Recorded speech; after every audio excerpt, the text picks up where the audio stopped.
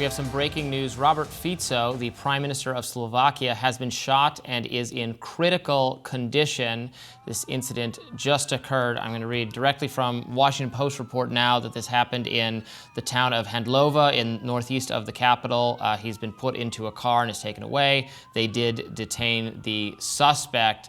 But there's a lot of reaction to this now on social media, Briahna, with a lot of other world leaders expressing sympathy and well wishes. President Biden, also the president of Slovakia has said this was an attack on democracy. Biden has said, we condemn this horrific act of violence. Our embassy is in close touch. Zelensky put out a statement saying this attack is appalling. We strongly condemn the act of violence against our neighboring partner states' head of government. Every effort should be made to ensure that violence does not become the norm in any country, form, or sphere. So motivations not known at this point. I do not know very much about this individual's politics, but what I'm seeing from social media is that he was in a kind of populist mode, that he had been very critical of his own country's response to COVID, some things like that. He is perceived as one of the more pro-Russian or against the Ukrainian position in this current war, so that Zelensky was wishing him well, though he is, I think, sort of adversarial with Zelensky.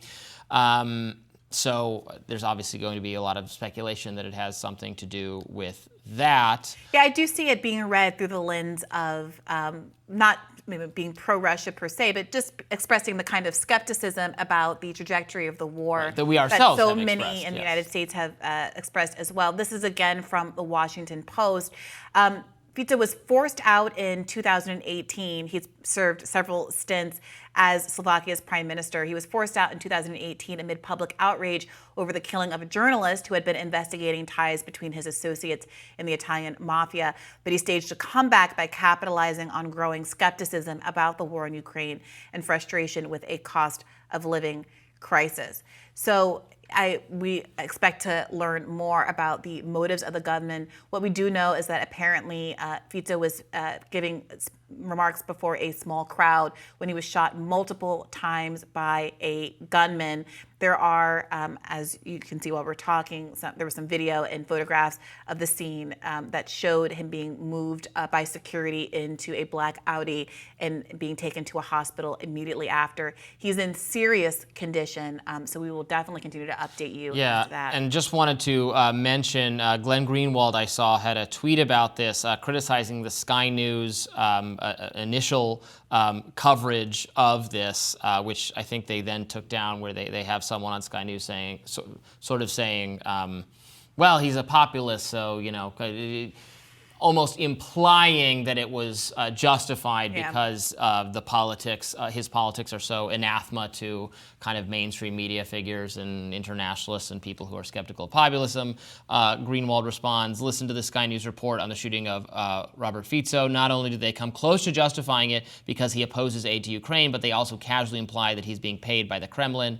This casual accusation so prevalent in the West and so toxic. So we will definitely want to learn more about precisely what motivated this shooting, and of course update viewers on what his actual condition is when we learn more, or when the rest of the media learns more. Yeah, it does seem like the Telegraph is reporting that they know the name of the attacker, Juraj Cintula, a 71-year-old man from Levice, a town in western Slovakia. He's alleged to have owned the gun used in the shooting legally, and he is currently under arrest. Just a little bit more context. This is the first assassination attempt on a senior politician in the modern history of Slovakia, which is, since 1993. So again, stick around, tune in tomorrow, and we will have more updates for you here on Rising.